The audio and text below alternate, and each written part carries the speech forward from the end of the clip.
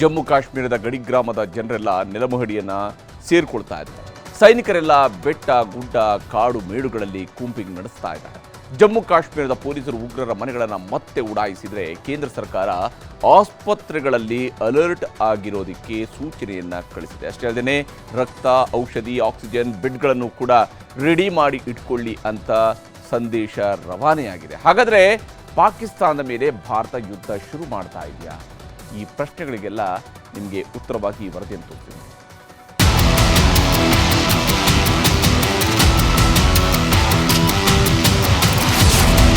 ಜಮ್ಮು ಕಾಶ್ಮೀರ ಗಡಿಯಲ್ಲಿ ಯುದ್ಧದ ಭೀತಿ, ಉಗ್ರರ ವಿರುದ್ಧ ಭಾರತೀಯ ಸೇನೆ ಆಕ್ರಮಣ. ಜಮ್ಮು ಕಾಶ್ಮೀರ ಪಾಕಿಸ್ತಾನ ಗಡಿಯಲ್ಲಿ ದೊಡ್ಡ ಬೆಳವಣಿಗೆಗಳು ಆಗ್ತಿವೆ. ಏನಾಗ್ತಿದೆ ಅನ್ನೋ ಸುಳಿವು ಯಾರಿಗೂ ಇಲ್ಲ. ಪಾಕಿಸ್ತಾನದ ಮೇಲೆ ಯಾವುದೇ ಕ್ಷಣದಲ್ಲಿ ಯುದ್ಧ ಘೋಷಣೆಯಾಗುವ ಸಾಧ್ಯತೆ ಇದೆ ಅಂತ ಜನ ಮಾತಾಡ್ಕೊಳ್ತಿದ್ದಾರೆ. ಇದಕ್ಕೆ ಪೂರಕವಾಗಿ ಭಾರತೀಯ ಸೇನೆಯನ್ನು ಆಪರೇಷನ್ ಆಕ್ರಮಣ ಹೆಸರಲ್ಲಿ ಕೂಂಬಿಂಗ್ ಶುರು ಮಾಡಿದೆ. ಎಲ್ಒಸಿ ಮತ್ತು ಪಿಒಕೆ ಭಾಗದಲ್ಲಿ ಇಂಚಿಂಚು ಜಾಗವನ್ನ ಬಿಡದೆ ಜಾಲಾಡ್ತಿರೋ ಸೇನೆ ಹೈ ಅಲರ್ಟ್ ಘೋಷಿಸಿದೆ.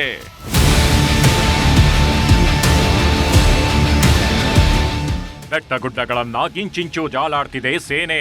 ಸೇನಾಪಡೆ ಜೊತೆ ಸ್ಥಳೀಯ ಜಮ್ಮು ಕಾಶ್ಮೀರ ಪೊಲೀಸರನ್ನ ಬಳಸಿಕೊಂಡು ಕೂಂಬಿಂಗ್ ಶುರು ಮಾಡಿದ್ದಾರೆ. ಕಿಲೋಮೀಟರ್ ಗಟ್ಟಲೆ ಹೋಗಿ ಉಗ್ರರ ಅಡಗುತಾಣಗಳನ್ನು ಪತ್ತೆ ಮಾಡಿರುವ ಸೇನೆ ಉಗ್ರರು ಬಿಟ್ಟು ಹೋಗಿರುವ ಜಾಗದಲ್ಲಿ ಬಾಂಬ್ಗಳು, ಮದ್ದು ಗುಂಡುಗಳು, ನೆಲ ಬಾಂಬ್ಗಳನ್ನ ಪತ್ತೆ ಮಾಡಿದೆ. ಇದಿಷ್ಟೇ ಅಲ್ಲ, ಉಗ್ರರು ಬಳಸಿದ್ದ ಅಡುಗೆ ಸಿಲಿಂಡರ್ಗಳು, ಪಾತ್ರೆಗಳನ್ನು ಭಾರತೀಯ ಸೇನೆ ಪತ್ತೆ ಮಾಡಿದೆ.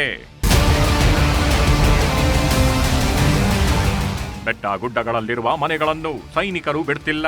ಮನೆಯೊಳಗೆ ಹೋಗಿ ಉಗ್ರರಿಗೆ ಏನಾದ್ರೂ ಆಶ್ರಯ ಕೊಟ್ಟಿದ್ದಾರಾ ಇಲ್ವಾ ಅಂತ ಹುಡುಕಾಟ ನಡೆಸ್ತಿದ್ದಾರೆ. ಮಹಿಳೆಯರು, ಮಕ್ಕಳು ಎಲ್ಲರಿಗೂ ಧೈರ್ಯ ತುಂಬಿ ಶಂಕಿತ ಉಗ್ರರು ಬಂದಿದ್ರಾ ಇಲ್ವಾ, ನೆಕ್ಸ್ಟ್ ಟೈಮ್ ಬಂದ್ರೆ ಮಾಹಿತಿಯನ್ನ ಸೇನೆಗೆ ಹೇಗೆ ರಹಸ್ಯವಾಗಿ ನೀಡಬೇಕಂತಲೂ ತರಬೇತಿ ಕೊಟ್ಟು ಬಂದಿದ್ದಾರೆ. ರಜೌರಿ ರಸ್ತೆಯುದ್ದಕ್ಕೂ ತನಿಖೆ ಆಗ್ತಿದೆ. ನಡ್ಕೊಂಡು ಹೋದ್ರೂ ಬಿಡಲ್ಲ. ಬೈಕ್ನಲ್ಲಿ ಬರಲಿ, ಕಾರಲ್ಲೇ ಓಡಾಡ್ಲಿ, ಎಲ್ಲರನ್ನೂ ನಿಲ್ಲಿಸಿ ಸೇನಾಪಡೆ ದಾಖಲೆಗಳನ್ನ ಪರಿಶೀಲನೆ ಮಾಡ್ತಿದೆ. ಅಡಿಯಿಂದ ಮುಡಿವರೆಗೂ ಎಲ್ಲರನ್ನೂ ಇಂಚಿಂಚು ತಪಾಸಣೆ ಮಾಡಿ ದಾಖಲೆ ಪರಿಶೀಲನೆ ಮಾಡಿ ಕಳಿಸ್ತಿದ್ದಾರೆ. ಕೇಂದ್ರ ಸರ್ಕಾರದಿಂದ ಅಲರ್ಟ್ ಸಂದೇಶ. ಪಹಲ್ಗಾಮ್ ದಾಳಿ ಬಳಿಕ 26 ಜನರನ್ನ ಉಗ್ರರು ಬಲಿ ಪಡೆದ ಕ್ಷಣವೇ ಮೋದಿ ಅರಬ್ ರಾಷ್ಟ್ರದ ಪ್ರವಾಸ ಮೊಟಕುಗೊಳಿಸಿ ದೆಹಲಿಗೆ ವಾಪಸಾಗಿದ್ರು. ಏಪ್ರಿಲ್ 23ರಿಂದ ಇಲ್ಲಿಯವರೆಗೆ ಕೇಂದ್ರ ಸರ್ಕಾರ ಒಟ್ಟು 6ರಿಂದ 8 ರಹಸ್ಯ ಸಭೆಗಳನ್ನ ಮಾಡಿದೆ. ಮೋದಿ ಅರಬ್ ರಾಷ್ಟ್ರದಿಂದ ಬರ್ತಿದ್ದಂಗೆ ಪಾಲಂ ಏರ್ಪೋರ್ಟ್ನಲ್ಲಿ ಸಭೆ ನಡೆಸಿದ್ರು. ಆಮೇಲೆ ಅಮಿತ್ ಶಾ, ರಾಜನಾಥ್ ಸಿಂಗ್, ಅಜಿತ್ ದೋವೆಲ್ ಸಭೆ, ಆಮೇಲೆ ದೋವಲ್ ಮತ್ತು ಸೇನಾಪಡೆ ಮುಖ್ಯಸ್ಥರುಗಳ ಭೇಟಿ, ಮತ್ತೆ ಪ್ರಧಾನಮಂತ್ರಿ ನೇತೃತ್ವದಲ್ಲಿ ರಹಸ್ಯ ಸಭೆ. ಆ ನಂತರ ಸರ್ವ ಪಕ್ಷಗಳ ಸಭೆ ನಡೆಯಿತು. ಅಷ್ಟೇ ಯಾಕೆ, ವಿದೇಶಾಂಗ ಸಚಿವ ಜೈಶಂಕರ್, ಗೃಹ ಸಚಿವ ಅಮಿತ್ ಶಾ ರಾಷ್ಟ್ರಪತಿಗಳನ್ನ ಭೇಟಿಯಾಗಿ ಚರ್ಚೆನೂ ಮಾಡಿದ್ರು. ಇಷ್ಟೆಲ್ಲದರ ಮಧ್ಯೆ ಪ್ರಧಾನಿ ಮೋದಿ ಉಗ್ರರನ್ನ ಮಣ್ಣಲ್ಲಿ ಮುಚ್ಚಾಕ್ತೀವಿ ಅಂತ ಶಪಥಗೈದಿದ್ರು. ಈಗ ಕಾಶ್ಮೀರದಲ್ಲಾಗ್ತಿರೋ ಬೆಳವಣಿಗೆಗಳನ್ನ ನೋಡ್ತಿದ್ರೆ ದೊಡ್ಡದೊಂದು ದಾಳಿಯಾಗುವ ಮುನ್ಸೂಚನೆ ಸಿಗ್ತಿದೆ. ಇದಕ್ಕೆ ಪೂರಕವಾಗಿ ಕೇಂದ್ರ ಸರ್ಕಾರ ಗಡಿ ಭಾಗದಲ್ಲಿ ಅಲರ್ಟ್ ಆಗಿರುವಂತೆ ಸೂಚನೆ ನೀಡಿದೆ. ಯಾಕೆಂದ್ರೆ ಯಾವುದೇ ಕ್ಷಣದಲ್ಲಿ ಏನಾದ್ರೂ ಆಗ್ಬೋದು. ಸರಕಾರಿ, ಖಾಸಗಿ ಆಸ್ಪತ್ರೆಗಳ ಬೆಡ್ಗಳನ್ನ ಖಾಲಿ ಇಡಿ, ಎಮರ್ಜೆನ್ಸಿಗೆ ಎಲ್ಲಾ ವ್ಯವಸ್ಥೆಗಳನ್ನ ಮಾಡ್ಕೊಳ್ಳಿ, ಆಕ್ಸಿಜನ್, ಔಷಧಿ ಕೊರತೆ ಆಗದಂತೆ ನೋಡಿಕೊಳ್ಳಿ ಅಂತ ಆರೋಗ್ಯ ಇಲಾಖೆಗೆ ಕೇಂದ್ರ ಸರ್ಕಾರ ಎಚ್ಚರಿಕೆ ರವಾನೆ ಮಾಡಿದ್ಯಂತೆ. ಅಷ್ಟೇ ಅಲ್ಲ, ಬ್ಲಡ್ ಬ್ಯಾಂಕ್ಗಳಲ್ಲಿ ರಕ್ತದ ಕೊರತೆ ಆಗಬಾರದು ಅಂತಾನೂ ಎಚ್ಚರಿಕೆ ನೀಡಿದೆ. ಇನ್ನು ಎಲ್ಒಸಿಯಲ್ಲಿ ಉದ್ವಿಗ್ನತೆ ಹೆಚ್ಚುತ್ತಿರುವ ಕಾರಣ ಮುಂದಿನ ಸೂಚನೆ ಬರುವವರೆಗೂ ಜಮ್ಮು ಮತ್ತು ಕಾಶ್ಮೀರದಾದ್ಯಂತ ಎಲ್ಲಾ ಚಾರಣ ಚಟುವಟಿಕೆಗಳನ್ನ ಸ್ಥಗಿತಗೊಳಿಸಿದ್ದಾರೆ. ಯುದ್ಧ ಆಗತ್ತೆ ಅಂತ ಜನರಲ್ಲಿ ಟೆನ್ಷನ್. ಬಂಕರ್ಗಳನ್ನ ಕ್ಲೀನ್ ಮಾಡ್ತಿದ್ದಾರೆ ಎಲ್ಒಸಿ ಜನ. ಇವರೆಲ್ಲ ಜಮ್ಮು ಕಾಶ್ಮೀರದ ಪಾಕ್ ಆಕ್ರಮಿತ ಕಾಶ್ಮೀರ ಮತ್ತು ಎಲ್ಒಸಿ ಗಡಿ ಗ್ರಾಮಸ್ಥರು. ಇವರು ಸ್ವಚ್ಛಗೊಳಿಸ್ತಿರೋದು ಮನೆಗಳನ್ನಲ್ಲ, ಬಂಕರ್ಗಳನ್ನ. ಭಾರತ ಪಾಕಿಸ್ತಾನ ಮಧ್ಯೆ ದೊಡ್ಡ ದಾಳಿಗಳು ಶುರುವಾಗುತ್ತೆ ಅನ್ನೋ ಮುನ್ಸೂಚನೆ ಸಿಕ್ಕಿದೆ. ಅದಕ್ಕೆ ಜೀವ ಉಳಿಸಿಕೊಳ್ಳಲು ಮಾಡಿಕೊಂಡಿರುವ ಬಂಕರ್ಗಳನ್ನ ಕ್ಲೀನ್ ಮಾಡ್ತಿದ್ದಾರೆ. 16 ವರ್ಷಗಳಿಂದ ಬಂಕರ್ಗಳನ್ನ ಜನ ಬಳಸೋದನ್ನೇ ಬಿಟ್ಟಿದ್ರು. ಈಗ ಮತ್ತೆ ಬಂಕರ್ಗಳನ್ನ ರೆಡಿ ಮಾಡ್ಕೊಳ್ತಿದ್ದಾರೆ. जो बनाए गए थे बंकर, उन बंकरों से लोग दूर भाग गए थे या बंकरों का पता भी नहीं था। लेकिन अब फिर से साफ सफाई चल रही है, फिर से एक डर चल रहा है कि कहीं दोबारा से कहीं फायरिंग ना हो और फिर से हम जो है अपनी जानें बचाने के लिए जो है इन बंकरों में दोबारा से जाना पड़े। तो ये एक कहीं ना कहीं एक डर का माहौल जो है वो जरूर है, लेकिन एक उम्मीद है कि अभी भी जो है अमन कायम रहेगा और जो है इस पूरे सिनेरियो में जो हालात चल रहे हैं इनका कुछ बेहतर हल होगा। देखा भी है पहलगाम में क्या हुआ, उसके तहत ही हमें भी पता है यहाँ पे बॉर्डर इलाका है और हमें पहले ही अलर्ट है कि यहाँ पे कुछ तो बड़ा होने वाला है। इसलिए हमारे सरपंच भाभी जो है सब सुबह से हम मॉर्निंग में यहाँ पे सभी बुजुर्ग, लेडीज, बच्चे सभी यहाँ पे बंकर जो है साफ कर रहे हैं सुबह से ही। अगर यहाँ पे शैलिंग का कुछ होता है तो क्योंकि हमें पता है कि बंकर अगर हमारे साफ होंगे तो हम यहाँ पे सेफली यहाँ पे बैठ सकते हैं, तो इसलिए सबसे पहले हम यहाँ पे तैयारी कर रहे हैं, सेफ कर रहे हैं।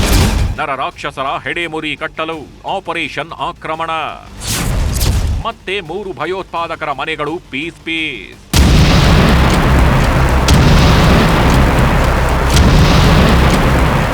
ನಿನ್ನೆಯಷ್ಟೇ ಇಬ್ಬರು ಉಗ್ರರ ಮನೆಯನ್ನ ಸೇನಾಪಡೆ ನೆಲಸಮ ಮಾಡಿತ್ತು. ಈಗ ಕಾಶ್ಮೀರದಲ್ಲಿ ಮತ್ತೆ 3 ಉಗ್ರರ ಮನೆಯನ್ನ ಬುಡೀಸ್ ಮಾಡಲಾಗಿದೆ. ಪುಲ್ವಾಮಾದಲ್ಲಿ ಉಗ್ರ ಅಶನುಲ್ ಹಕ್ ಮನೆ ಹಾಗೂ ಶೋಪಿಯಾನ್ನಲ್ಲಿರುವ ಶಬೀರ್ ಅಹಮದ್ ಮನೆ, ಕುಲ್ಗಾಮ್ನಲ್ಲಿರುವ ಉಗ್ರ ಜಾಕಿರ್ ಗನಿ ಮನೆ ಧ್ವಂಸ ಮಾಡಲಾಗಿದೆ.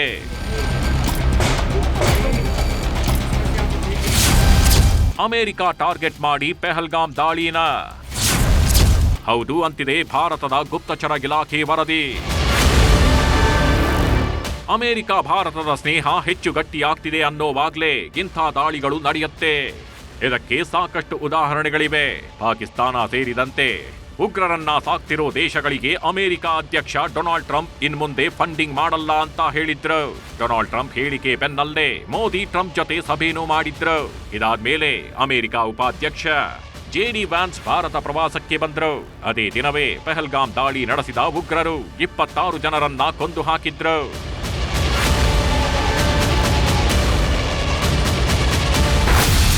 ಇದೊಂದೇ ಅಲ್ಲ, ಮಾರ್ಚ್ 2000ನೇ ವರ್ಷದಲ್ಲಿ ಅಮೆರಿಕಾದ ಅಧ್ಯಕ್ಷರಾಗಿದ್ದ ಬಿಲ್ ಕ್ಲಿಂಟನ್ ಭಾರತಕ್ಕೆ ಬಂದಿದ್ರು.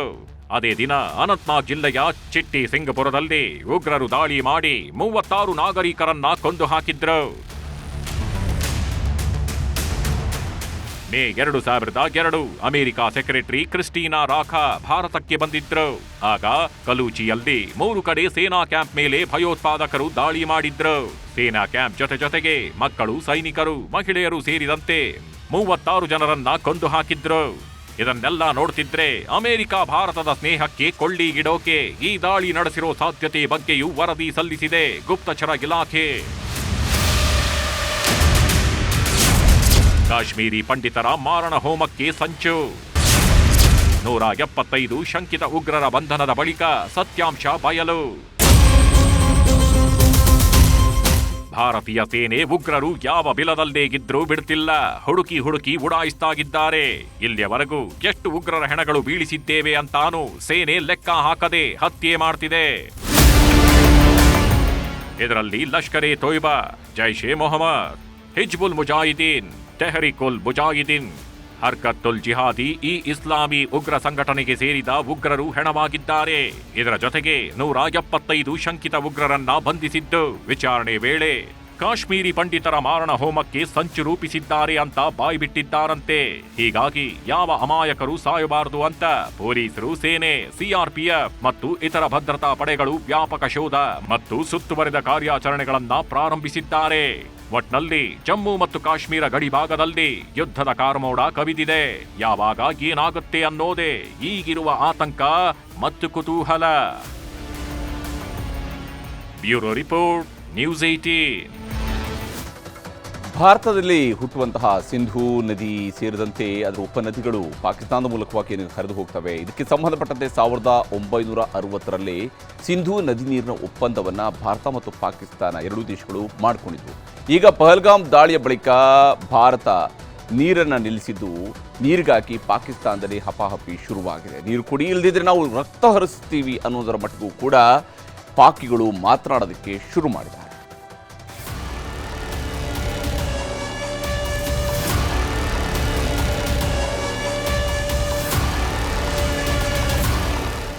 ಪಹಲ್ಗಾಮ್ನಲ್ಲಿ ಅಮಾಯಕ ಹಿಂದೂಗಳನ್ನ ಟಾರ್ಗೆಟ್ ಮಾಡಿ ಕೊಂದು ಹಾಕಿದ್ರು ಪಾಕಿಸ್ತಾನಿ ಪಾಪಿಗಳು.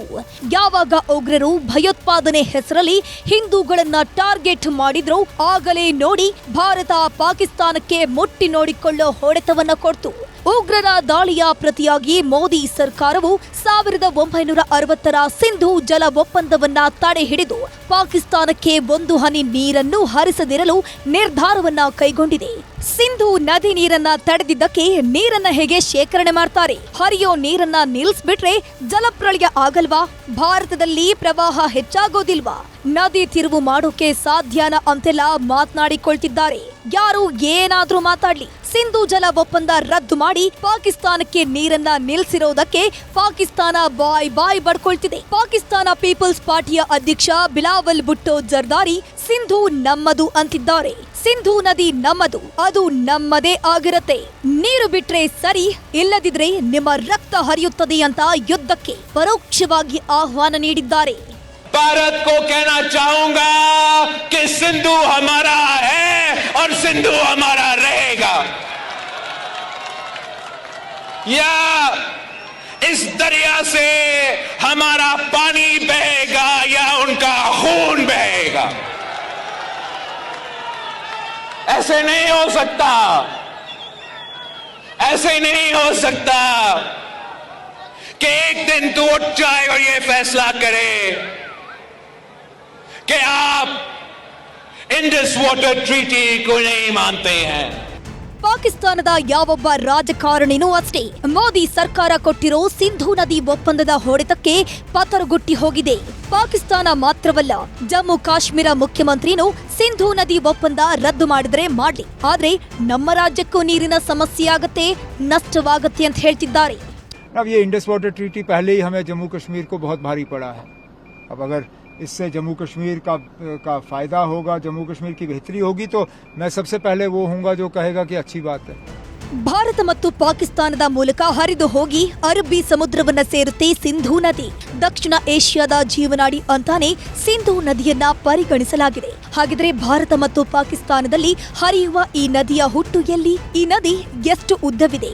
ಎಲ್ಲದರ ವಿವರವನ್ನ ನೋಡುವುದಾದ್ರೆ, ಸಿಂಧೂ ನದಿಯ ಮೂಲ ಟಿಬೆಟ್ನ ಮಾನಸ ಸರೋವರದ ಬಳಿಯ ಸಿನ್ಕಾ ಬಾಬ್ ಹೊಳೆ. ಸಮುದ್ರ ಮಟ್ಟದಿಂದ 5182 ಮೀಟರ್ ಎತ್ತರದಲ್ಲಿ ಹುಟ್ಟುವ ಸಿಂಧೂ ನದಿ ಕಾಶ್ಮೀರ ಮತ್ತು ಪಾಕಿಸ್ತಾನದಿಂದ ಹರಿದು ಹೋಗಿ ಪಾಕಿಸ್ತಾನದ ಕರಾಚಿ ನದಿ ಬಳಿ ಅರಬ್ಬಿ ಸಮುದ್ರವನ್ನ ಸೇರುತ್ತದೆ.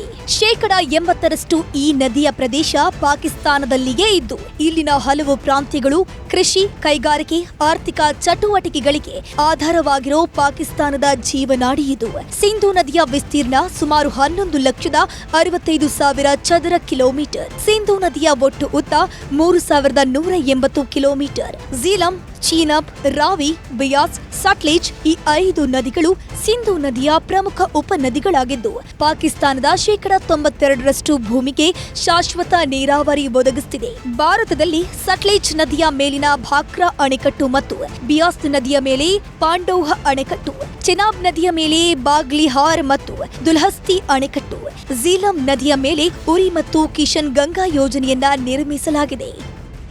ಹಾಗೆ ನೋಡಿದ್ರೆ ಸಿಂಧೂ ನದಿ ಒಪ್ಪಂದ ರದ್ದಾಗಿರೋದ್ರಿಂದ ಪಾಕಿಸ್ತಾನದ ಮೇಲೆ ಭಾರತ ಹಾಕಿರುವ ಜಲಬಾಂಬ್ನಿಂದ ಪಾಪಿ ಪಾಕಿಸ್ತಾನ ಬರಪೀಡಿತ ರಾಷ್ಟ್ರವಾಗಿ ಹೋಗ್ತಿದೆ. ಒಪ್ಪಂದ ರದ್ದಾದ ಮರುಕ್ಷಣದಿಂದ ಅಂದ್ರೆ 4 ದಿನದಿಂದ ಪಾಕಿಸ್ತಾನಕ್ಕೆ ನೀರು ಹೋಗ್ತಿಲ್ಲ. ಇದರಿಂದ ಪಾಕಿಸ್ತಾನದ ಕೃಷಿಗೆ ಈಗ ಹೊಡೆತ ಶುರುವಾಗಿದೆ. ಒಪ್ಪಂದ ರದ್ದು ಅಸ್ತ್ರ ಹೀಗೆ ಮುಂದುವರೆದ್ರೆ 2-3 ತಿಂಗಳಿನಲ್ಲಿ ಪಾಕಿಸ್ತಾನಕ್ಕೆ ದೊಡ್ಡ ಜಲ ಸಂಕಷ್ಟ ಎದುರಾಗಲಿದೆ. ಪಾಕಿಸ್ತಾನ ವಿಶ್ವದ ಬರಪೀಡಿತ ರಾಷ್ಟ್ರಗಳಲ್ಲಿ ಒಂದು. ಪಾಕ್ 80% ಭೂಮಿ ಸಿಂಧೂ ನದಿಯನ್ನ ಅವಲಂಬಿಸಿದೆ. ಕರಾಚಿ, ಲಾಹೋರ್, ಮುಲ್ತಾನ್ ಮಹಾನಗರಗಳ ನೀರಿನ ಮೂಲ. ವಿದ್ಯುತ್ ಉತ್ಪಾದನೆಗೂ ಸಿಂಧೂ ನದಿ ನೀರು ಬೇಕೇ ಬೇಕು. ನೀರು ಬಂದ್ ಮಾಡಿದ್ರೆ ಪಾಕಿಸ್ತಾನಕ್ಕೆ ಮರ್ಮಾಘಾತವಾಗಲಿದ್ದು ಕೃಷಿ, ಇಂಧನ ಮತ್ತು ಆರ್ಥಿಕತೆಗೆ ಭಾರೀ ಪೆಟ್ಟು ಬೀಳುತ್ತೆ. ಪಾಕಿಸ್ತಾನದ ಆಹಾರ ಉತ್ಪಾದನೆಗೆ ಕುತ್ತು ಎದುರಾಗುತ್ತೆ. ಅತಿ ಹೆಚ್ಚು ಉದ್ಯೋಗ ಕಲ್ಪಿಸುವ ಕೃಷಿ ಕ್ಷೇತ್ರಕ್ಕೆ ತೊಂದರೆಯಾಗುತ್ತೆ. ಪಾಕ್ನ ಜಿಡಿಪಿ ಕುಸಿಯತ್ತೆ. ಆಹಾರದ ಕೊರತೆ ಎದುರಾಗುತ್ತೆ. ಸಿಂಧೂ ನದಿ ನೀರು ನಿಲ್ಲಿಸಿದ್ರೆ ಪಾಕಿಸ್ತಾನದಲ್ಲಿ ಹಾಹಾಕಾರವೇ ಶುರುವಾಗುತ್ತೆ. ಈಗಾಗಲೇ ಪಾಕಿಸ್ತಾನವು ಭಾರತದ ವಿರುದ್ಧ ಕಾನೂನು ಹೋರಾಟಕ್ಕೂ ಸಜ್ಜಾಗಿದೆ. ಮೊನ್ನೆ ನಡೆದ ಪಾಕಿಸ್ತಾನ ಪ್ರಧಾನಿ ನೇತೃತ್ವದ ಸಭೆಯಲ್ಲಿ ಕಾನೂನು ಹೋರಾಟದ ನಿರ್ಧಾರ ಮಾಡಿದೆ. ಪ್ರಮುಖವಾಗಿ ಅಂತಾರಾಷ್ಟ್ರೀಯ ನ್ಯಾಯಾಲಯ ಮೊರೆ ಹೋಗಬಹುದು. ಶಾಶ್ವತ ಮಧ್ಯಸ್ಥಿಕೆಗೆ ನ್ಯಾಯಾಲಯವನ್ನ ಸಂಪರ್ಕಿಸಬಹುದು. ರಾಜತಾಂತ್ರಿಕ ಆಯ್ಕೆಗಳಲ್ಲಿ ವಿಶ್ವ ಬ್ಯಾಂಕ್ ಹಸ್ತಕ್ಷೇಪಕ್ಕೆ ಮನವಿ ಮಾಡಲಿದೆ. ಚೀನಾ ಮತ್ತು ಒಐಸಿ ಮಿತ್ರ ರಾಷ್ಟ್ರಗಳಿಂದ ಬೆಂಬಲವನ್ನ ಕೇಳಬಹುದು. ವಿಶ್ವಸಂಸ್ಥೆ ಮೂಲಕ ಶಾಂತಿ ಸಭೆಗೆ ಒತ್ತಡವನ್ನ ಹೇರಬಹುದು. ಪಾಕಿಸ್ತಾನ ಎಷ್ಟೇ ಬಾಯ್ ಬಡ್ಕೊಂಡ್ರೂ ಅಷ್ಟೇ, ಎಷ್ಟೇ ಹೋರಾಟವನ್ನ ಮಾಡಿದ್ರೂ ಅಷ್ಟೇ, ಇಡೀ ಜಗತ್ತೇ ಪಹಲ್ಗಾಮ್ ದಾಳಿ ವಿಷಯದಲ್ಲಿ ಪಾಕಿಸ್ತಾನಕ್ಕೆ ಛೀಮಾರಿ ಹಾಕ್ತಿದೆ. ಹೀಗಿದ್ದಾಗ ಸಿಂಧೂ ನದಿ ಒಪ್ಪಂದ ವಿಷಯದಲ್ಲಿ ಯಾರೂ ಮಧ್ಯಪ್ರವೇಶಿಸಲಾರರು ಅನ್ನೋ ದೃಢ ನಂಬಿಕೆ ಭಾರತದ್ದು. Bureau report, news 18. ಇನ್ನು ಪಾಕಿಸ್ತಾನಿ ನಾಗರಿಕರು ಭಾರತವನ್ನು ಬಿಟ್ಟು ಹೋಗೋದಕ್ಕೆ ನಾಳೆಯೇ ಕಡೆ ದಿವಸ. ಈಗಾಗಲೇ ಭಾರತದಲ್ಲಿದ್ದಂಥ ನೂರಾರು ಪಾಕಿಸ್ತಾನಿಯರು ಗಡಿ ದಾಟಿ ಹೋಗಿದ್ದಾರೆ. ಪಾಕಿಸ್ತಾನಕ್ಕೆ ಹೋಗಿದ್ದಂತಹ ನೂರಾರು ಭಾರತೀಯರು ವಾಪಸ್ ಆಗ್ತಾ ಇದ್ದಾರೆ. ಎಷ್ಟು ಜನ ಹೋದರು, ಎಷ್ಟು ಜನ ಒಳಗೆ ಬಂದರು, ಗಡಿಗೆಯಲ್ಲಿ ಅದರಲ್ಲೂ ವಿಶೇಷವಾಗಿ ಕರಾವಳಿ ಭಾಗದಲ್ಲಿ ಭದ್ರತೆ ಎಷ್ಟರ ಮಟ್ಟಿಗೆ ಹೆಚ್ಚಿಸಲಾಗ್ತಿದೆ, ಯಾವ ಕಾರಣಕ್ಕಾಗಿ ಹೆಚ್ಚಿಸಲಾಗ್ತಿದೆ ಅನ್ನೋದನ್ನು ಕೂಡ ನಿಮಗೆ ತೋರಿಸ್ತಾ ಇದ್ದೀನಿ.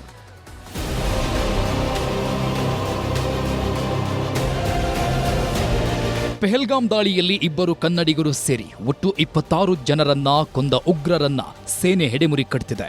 ಇನ್ನೊಂದು ಕಡೆ ಭಾರತದಲ್ಲಿ ಶಿಕ್ಷಣ, ಮದುವೆ, ಅನಾರೋಗ್ಯ, ಪ್ರವಾಸದ ಹೆಸರಲ್ಲಿ ಬಂದಿದ್ದ ಪಾಕಿಸ್ತಾನಿಗಳನ್ನ ವಾಪಸ್ ಹೋಗಿ ಅಂತ ಕೇಂದ್ರ ಸರ್ಕಾರ ಡೆಡ್ಲೈನ್ ನೀಡಿದೆ. ಕೇಂದ್ರ ಸರ್ಕಾರದ ಸೂಚನೆಯಂತೆ ನಾಳೆಯೊಳಗೆ ಭಾರತದಲ್ಲಿರೋ ಪಾಕಿಸ್ತಾನಿ ಜನ ದೇಶ ತೊರೆಯಬೇಕು. ಸದ್ಯಕ್ಕೆ ಕೇಂದ್ರ ಸರ್ಕಾರದ ಮಾಹಿತಿ ಪ್ರಕಾರ ಭಾರತಕ್ಕೆ ಭೇಟಿ ನೀಡಿದ್ದ 191ಕ್ಕೂ ಹೆಚ್ಚು ಪಾಕಿಸ್ತಾನಿ ಪ್ರಜೆಗಳು ಅಮೃತ್ಸರದ ಅಟ್ಟಾರಿ ವಾಘಾ ಗಡಿ ಮೂಲಕ ತಮ್ಮ ದೇಶಕ್ಕೆ ವಾಪಸ್ ಹೋಗಿದ್ದಾರೆ. ಇನ್ನು ವಿವಿಧ ಕಾರಣಗಳಿಂದ ಪಾಕಿಸ್ತಾನಕ್ಕೆ ಹೋಗಿದ್ದ 286 ಭಾರತೀಯರು ದೇಶಕ್ಕೆ ವಾಪಸ್ ಬಂದಿದ್ದಾರೆ.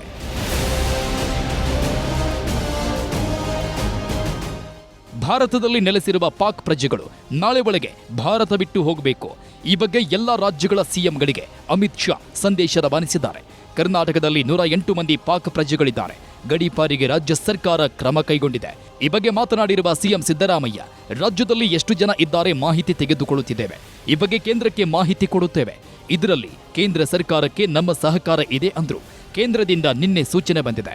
ಪಾಕ್ ಪ್ರಜೆಗಳನ್ನ ವಾಪಸ್ ಕಳಿಸುವುದಾಗಿ ಪರಮೇಶ್ವರ್ ಕೂಡ ಸ್ಪಷ್ಟನೆ ಕೊಟ್ಟರು. ಇಲ್ಲಿ ಯಾರಿದ್ರು ಕೂಡ ವಿಲ್ ಕೋಆಪರೇಟ್.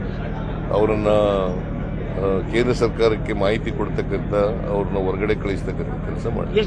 ಕೇಂದ್ರ ಸರ್ಕಾರದ ಹೋಮ್ ಮಿನಿಸ್ಟ್ರಿಯಿಂದ ಅಡ್ವೈಸರಿ ಬಂದಿದೆ. ಅದರ ಪ್ರಕಾರ ಮಾಡ್ತಾ ಇದ್ದೇವೆ. ಲಾಂಗ್ ಟರ್ಮ್ ವೀಸಾ ಇರೋರಿಗೆ ಅವರೇ ಎಕ್ಸಾಮ್ಷನ್ ಕೊಟ್ಟಂಗೆ ಕಾಣಿಸುತ್ತೆ. ಅಟ್ಟಾರಿ ವಾಘಾ ಗಡಿಯಲ್ಲಿ ಇವತ್ತು ನಾಕಾಬಂದಿ ಹಾಕಲಾಗಿದೆ. ಯಾರೊಬ್ಬರನ್ನು ಭಾರತದ ಗಡಿಯೊಳಗೆ ಬಿಟ್ಟುಕೊಳ್ತಿಲ್ಲ. ಮೋದಿ ಸರ್ಕಾರದ ಆದೇಶದಂತೆ ಪಾಕಿಸ್ತಾನಿಗಳು ಗಂಟು ಮೂಟಿ ಕಟ್ಕೊಂಡು ಊರು ಬಿಡ್ತಿದ್ರೆ ಅವರನ್ನ ಸೇನಾಪಡೆ ಪಾಕಿಸ್ತಾನಕ್ಕೆ ಹೋಗಲು ಅವಕಾಶ ಕೊಡ್ತಿದೆ. ಇದಿಷ್ಟು ಪಾಕಿಸ್ತಾನಿಗಳ ಗಡೀಪಾರು ಸುದ್ದಿ. ಇನ್ನು ಪಾಕಿಸ್ತಾನಿ ಉಗ್ರರಿಂದ ಮತ್ತೆ ದಾಳಿ ಆತಂಕವಿದೆ. ಹೀಗಾಗಿ ಕರ್ನಾಟಕದಲ್ಲಿ, ಅದರಲ್ಲೂ ಕರಾವಳಿ ತೀರದಲ್ಲಿ ಹೈ ಅಲರ್ಟ್ ಘೋಷಿಸಲಾಗಿದೆ.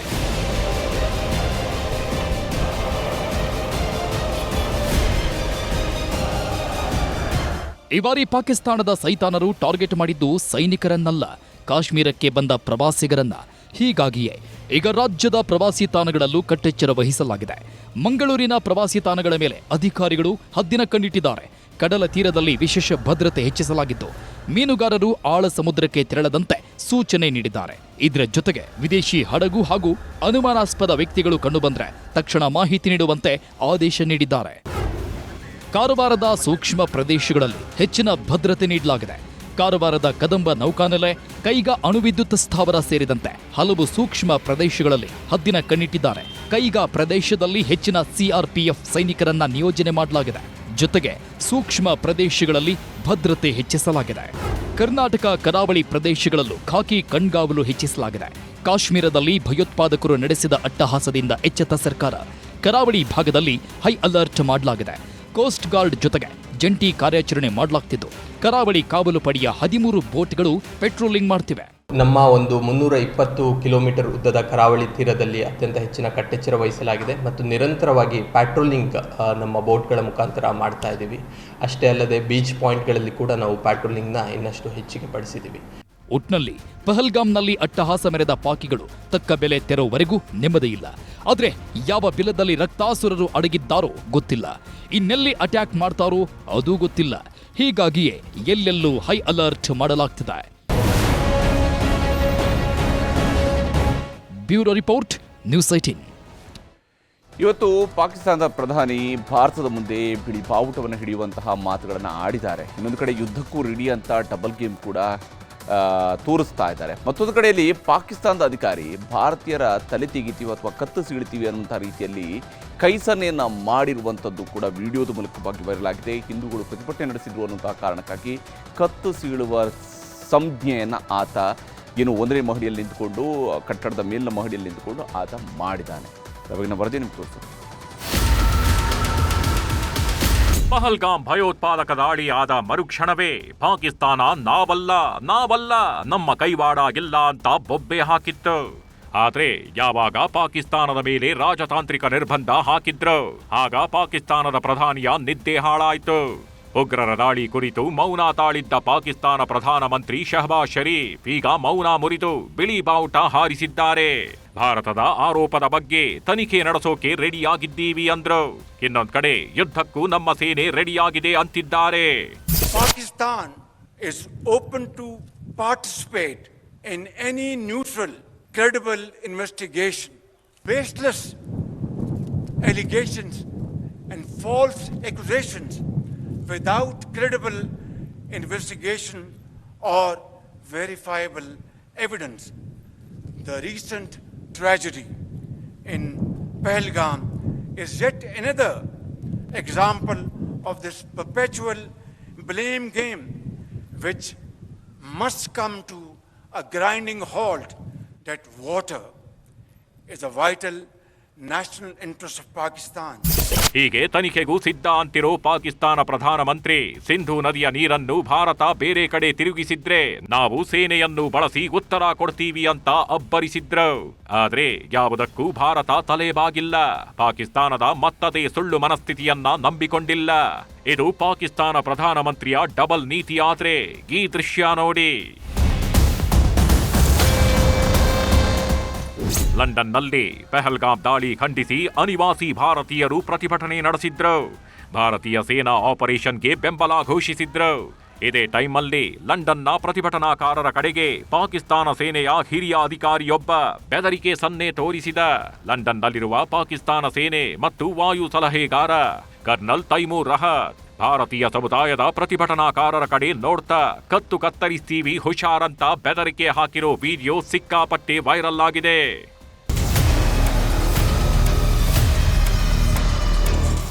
ಜಮ್ಮು ಮತ್ತು ಕಾಶ್ಮೀರದಲ್ಲಿನ ಪಹಲ್ಗಾಮ್ನಲ್ಲಿ ಭಯೋತ್ಪಾದಕರ ದಾಳಿಯಲ್ಲಿ 26 ಪ್ರವಾಸಿಗರನ್ನ ಕೊಂದ ಲಷ್ಕರ್ ಎ ತೊಯ್ಬಾದ ಟಿಆರ್ಎಫ್ ಉಗ್ರರಿಗೆ ತರಬೇತಿ ಕೊಟ್ಟಿದ್ದು ಇಸ್ರೇಲ್ ವಿರುದ್ಧ ದಂಗೆ ಎದ್ದಿರುವ ಹಮಾಸ್ ಉಗ್ರರು ಅನ್ನೋದು ಗೊತ್ತಾಗಿದೆ.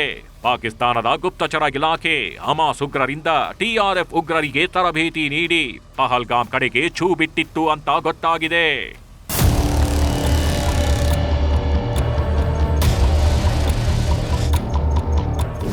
ಏನೇ ಹೇಳಿ ಪಾಕಿಸ್ತಾನದ ಗುಳ್ಳೆ ನರಿ ಆಟಗಳು ಸಾಕ್ಷಿ ಸಮೇತ ಸಿಕ್ಕಿ ಬೀಳ್ತಿವೆ.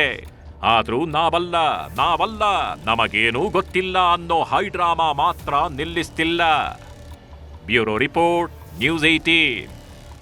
ಕಾಶ್ಮೀರದಲ್ಲಿ ಹಿಂದೂಗಳ ನೆತ್ತರ ಹರಿತಾ ಇದ್ದಂತೆಯೇ ದೇಶದಲ್ಲಿ ಪಾಲಿಟಿಕ್ಸ್ ಕೂಡ ಜೋರಾಗಿದೆ. ಪ್ರವಾಸಿಗರ ಮೇಲೆ ನಡೆಸಿರುವಂತಹ ದಾಳಿಯನ್ನು ಮುಂದಿಟ್ಟುಕೊಂಡು ನಾನಾ ರೀತಿಯಂತಹ ಮಾತಿನ ಸಮರ ಶುರುವಾಗಿದೆ. ಮುಖ್ಯಮಂತ್ರಿ ಸಿದ್ದರಾಮಯ್ಯನವರು ಪಾಕ್ ವಿರುದ್ಧ ಈಗ ಯುದ್ಧದ ಅಗತ್ಯ ಇಲ್ಲ ಅಂತೇಳಿ ಮಾತನಾಡಿದ್ದು, ಪಾಕಿಸ್ತಾನದ ಮೇಲೆ ಪ್ರೀತಿ ನಿಮಗೆ ಅಂತ ಬಿಜೆಪಿ ನಾಯಕರು ಕಾಲೆಳೆದಿದ್ದಾರೆ. ಮತ್ತೊಂದು ಕಡೆಯಲ್ಲಿ ಮೋದಿ ಸರ್ವಪಕ್ಷದ ಸಭೆಗೆ ಭಾಗಿಯಾಗಿರಲಿಲ್ಲ, ಸರ್ವಪಕ್ಷ ಸಭೆಯಲ್ಲಿ ಸರ್ವಪಕ್ಷಗಳ ನಾಯಕರ ಜೊತೆ ಮಾತನಾಡಿಲ್ಲ ಅಂತ ಹೇಳಿ ಮಲ್ಲಿಕಾರ್ಜುನ ಖರ್ಗೆ ಅವರು ಗರಂ ಮಾಡ್ತಾರೆ. ಪಹಲ್ಗಾಮ್ ದಾಳಿ ವಿಚಾರವಾಗಿ ಸರ್ವಪಕ್ಷ ಸಭೆಗೆ ಪ್ರಧಾನಿ ಮೋದಿ ಗೈರಾಗಿದ್ದಕ್ಕೆ ಎಐಸಿಸಿ ಅಧ್ಯಕ್ಷ ಮಲ್ಲಿಕಾರ್ಜುನ ಖರ್ಗೆ ಕಿಡಿಕಾರಿದ್ದಾರೆ. ಸರ್ವಪಕ್ಷ ಸಭೆಗೆ ನಾವೆಲ್ಲ ಹೋಗಿದ್ವಿ, ಆದ್ರೆ ಪ್ರಧಾನಮಂತ್ರಿಗಳೇ ಬಂದಿರಲಿಲ್ಲ. ಚುನಾವಣಾ ಭಾಷಣ ಮಾಡಲು ಬಿಹಾರಕ್ಕೆ ಹೋಗಿದ್ದೀರಿ.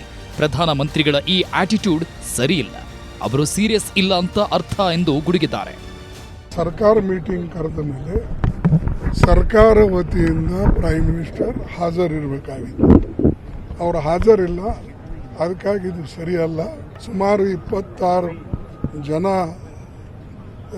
ಇದರಲ್ಲಿ ಮೃತರಾಗಿದ್ದಾರೆ, ಅನೇಕ ಜನ ಗಾಯಾಳರಾಗಿದ್ದಾರೆ. ಅದಕ್ಕೆ ನಾವು ಈ ಆಟಿಟ್ಯೂಡನ್ನು ಪ್ರೈಮ್ ಮಿನಿಸ್ಟರ್ದು ಸರಿ ಇಲ್ಲ. ಎಲೆಕ್ಷನ್ ಭಾಷಣ ಮಾಡೋಕ್ಕೆ ನೀವು ಬಿಹಾರಕ್ಕೆ ಹೋಗ್ತೀರಿ, ಇಲ್ಲೇ ದಿಲ್ಲಿಯಲ್ಲಿ ಬರಂಗಿಲ್ಲ, ಮೀಟಿಂಗ್ ಅಟೆಂಡ್ ಮಾಡಲ್ಲ ಅಂದರೆ ಅವ್ರು ಸೀರಿಯಸ್ ಇಲ್ಲ ಅಂತ ಅದರ ಅರ್ಥ.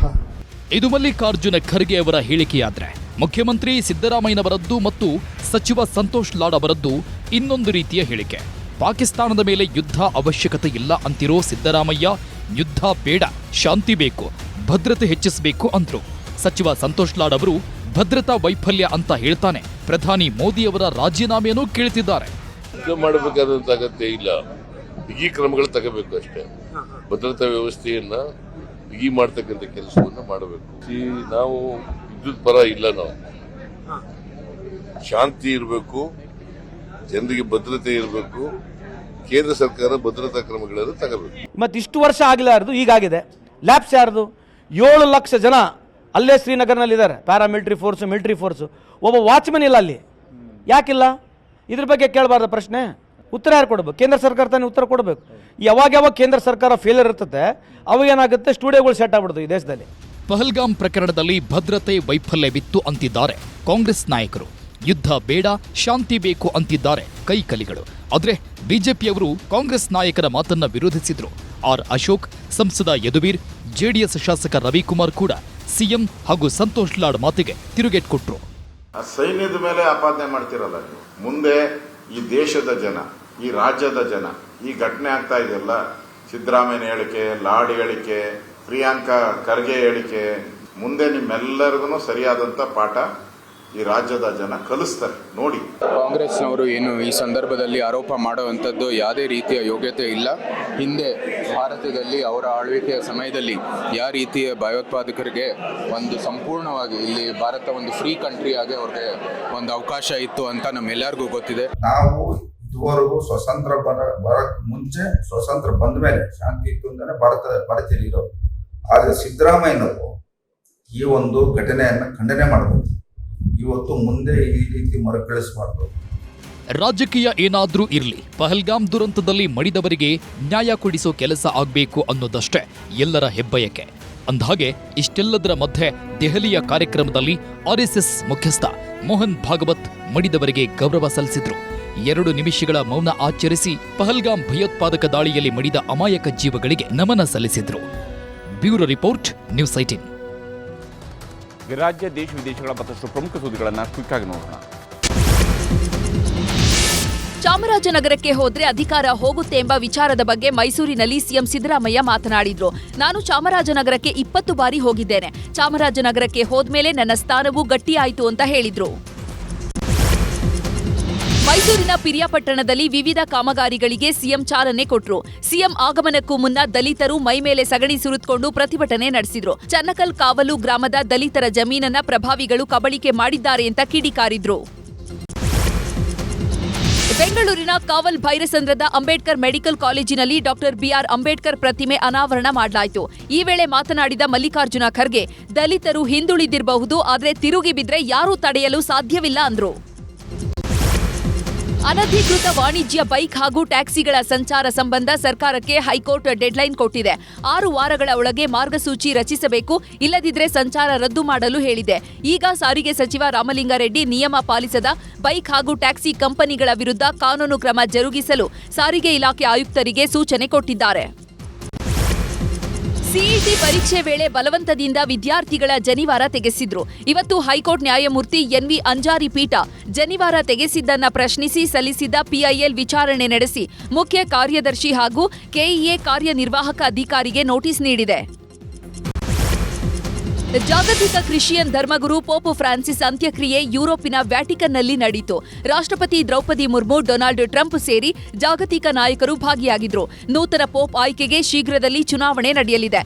ಕಾರ್ಡಿನಲ್ ಪಿಯೆಟ್ರೋ ಪರೋಲಿನ್ ಹೆಸರು ಮುಂಚೂಣಿಯಲ್ಲಿದೆ. ಇರಾನ್ ದೇಶದ ಅಬ್ಬಾಸ್ ಪೋರ್ಟ್ನಲ್ಲಿ ಭಾರೀ ಸ್ಫೋಟ ಸಂಭವಿಸಿದ್ದು 4 ಜನರ ಸಾವಾಗಿದ್ದು 400ಕ್ಕೂ ಹೆಚ್ಚು ಮಂದಿ ಗಾಯಗೊಂಡಿದ್ದಾರೆ. ಬಂದರಿನಲ್ಲಿ ಹಲವಾರು ಕಂಟೈನರ್ಗಳು ಸ್ಫೋಟಗೊಂಡು ಭಾರೀ ಸ್ಫೋಟ ಮತ್ತು ಬೆಂಕಿ ಅವಘಡ ಸಂಭವಿಸಿದೆ. ತಮಿಳು ನಟ ದಳಪತಿ ವಿಜಯ್ ಕಟ್ಟಿರುವ ಹೊಸ ಪಕ್ಷ ತಮಿಳಿಗ ವೆಟ್ರಿ ಕಾಳಗಂಗೆ ಭಾರೀ ಬೆಂಬಲ ಸಿಗ್ತಾ ಇದೆ. ಕೊಯಂಬತ್ತೂರಿನ ಸಮೀಪದ ಕುರುಂಬಪಾಲಯಂನಲ್ಲಿ ಬೃಹತ್ ರ್ಯಾಲಿ ನಡೆಯಿತು. ರ್ಯಾಲಿಯಲ್ಲಿ ಲಕ್ಷಾಂತರ ಸಂಖ್ಯೆಯಲ್ಲಿ ಕಾರ್ಯಕರ್ತರು ಪಾಲ್ಗೊಂಡಿದ್ರು. ಕೊಡಗು ಜಿಲ್ಲೆಯ ಗೋಣಿಕೊಪ್ಪ ಪೊಲೀಸ್ ಠಾಣೆ ಮಹಿಳಾ ಪಿಎಸ್ಐ ಮೇಲೆ ವ್ಯಕ್ತಿಯೊಬ್ಬ ದರ್ಪ ಮೆರೆದಿದ್ದಾನೆ. ಆರೋಪಿಯನ್ನ ಕರೆದುಕೊಂಡು ಹೋಗುತ್ತಿದ್ದ ಜೀಪ್ಗೆ ಅಡ್ಡ ಬಂದು ಮಹಿಳಾ ಪಿಎಸ್ಐಯನ್ನ ನಡು ರಸ್ತೆಯಲ್ಲೇ ಎಳೆದಾಡಿದ್ದಾನೆ. ಕರ್ತವ್ಯಕ್ಕೆ ಅಡ್ಡಿಪಡಿಸಿದವರ ಮೇಲೆ ಎಫ್ಐಆರ್ ದಾಖಲಾಗಿದೆ. ಗದಗ, ಹಾವೇರಿ, ಉಡುಪಿ ಜಿಲ್ಲೆಯ ಹಲವೆಡೆ ಗುಡುಗು ಸಹಿತ ಧಾರಾಕಾರ ಮಳೆಯಾಗಿದೆ. ಮಳೆಯಿಂದ ಹಾವೇರಿ ನಗರದಲ್ಲಿ ವಿದ್ಯುತ್ ಕಂಬ ಹಾಗೂ ಮರಗಳು ನೆಲಕ್ಕುರುಳಿವೆ. ರಾಜ್ಯಾದ್ಯಂತ ಮುಂದಿನ 2 ದಿನ ಭಾರೀ ಮಳೆಯಾಗುವ ಮುನ್ಸೂಚನೆ ಕೊಡಲಾಗಿದೆ. ಇದಾಗಿತ್ತು ಇವತ್ತಿನ ಸೂಪರ್ ಪ್ರೈಮ್ 9. ಈಗ ಒಳನೋಟ ವಿಶೇಷ ಕಾರ್ಯಕ್ರಮ ಪ್ರಸಾರವಾಗುತ್ತೆ. ನೋಡ್ತಾ ಇರಿ ನ್ಯೂಸ್ 18 ಕನ್ನಡ.